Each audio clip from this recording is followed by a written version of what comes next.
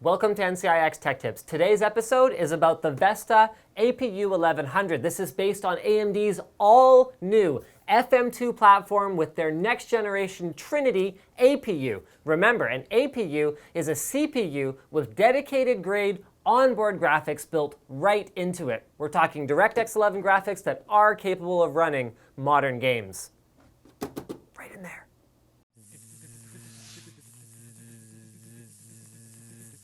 Clink, clink. Now let's take a look, as usual, at the exterior of the Vesta APU 1100.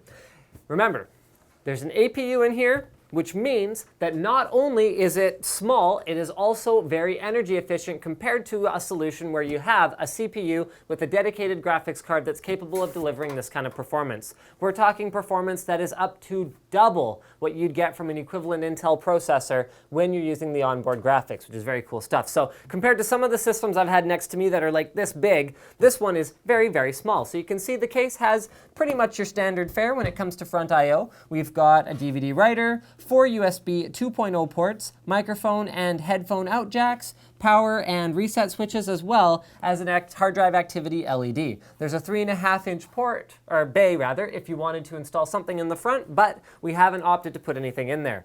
On the bottom or side of the case, remember guys, this case is perfectly at home on its side or standing up like this. So on the one side, there's nothing. There's actually spots where you can put on the little rubber feet. And then on the other side, there is one filtered vent. On the back, we find, courtesy of an ASUS FM2 motherboard. So FM2 is an all-new platform, new socket, new CPUs, still DDR3 memory. We've got, okay, I would like to clarify something. So the motherboard here is actually an upgraded motherboard over the 499 version. So the 499 one, the main difference in terms of I/O is that it only has 2 USB 3 ports on the back, whereas this one has 4. So on this upgraded one, this is the pro level board, we've got 2 USB 2 ports, 1 PS2 port, DisplayPort, HDMI, DVI, VGA, optical audio out, eSATA, 4 USB 3 ports, gigabit Ethernet, and 7.1 audio. So again, that key difference is 2 USB 3 ports and actually no display port on the regular board. This case uses an SFX form factor power supply in order to achieve its very small stature. All right, guys, so 2 things. We're gonna have to change our set because Slick needs this box, and we're also gonna open up the case and have a look at the inside. And he wasn't actually expecting me to throw it, in spite of the fact that I told him I was gonna throw him the box.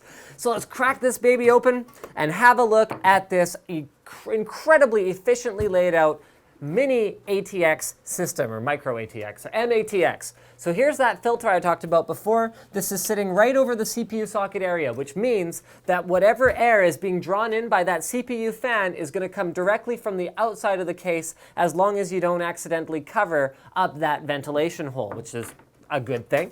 All right, so inside, spec-wise, we have AMD's APU. This is an A8 5800, okay? So don't mind the graphic on the box that says 580K. It is a 5800K. K means it is an unlocked processor, so you can overclock it. You can overclock both the CPU component and the GPU component of this APU for better performance. Now, the GPU, the graphics processing unit that is built into the APU, is a 7560D. This operates not only as a DirectX 11 capable graphics card that is capable of running modern games at low to medium resolutions and low to medium details, but it can also be paired with an entry-level dedicated graphics card and then run in sort of a hybrid crossfire mode in order to get even better performance out of it. So the A8 series is actually the step down of APUs. If you wanted to get the best performance possible out of an APU, you can also get an A10.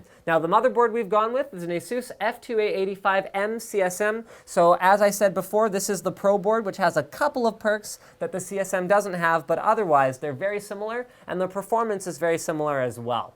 In terms of the hard drive, we've gone with a 1 terabyte drive. That right there in the bottom left is that SFX form factor power supply that I talked about. That again is part of what makes this efficiently laid out interior possible. Now, if I was going to upgrade anything about this system, probably a couple things I'd do. Number one is I'm not an entry-level gamer, so I might want to add a dedicated graphics card, even if it's an entry-level one, in order to get a little bit more performance for my gaming.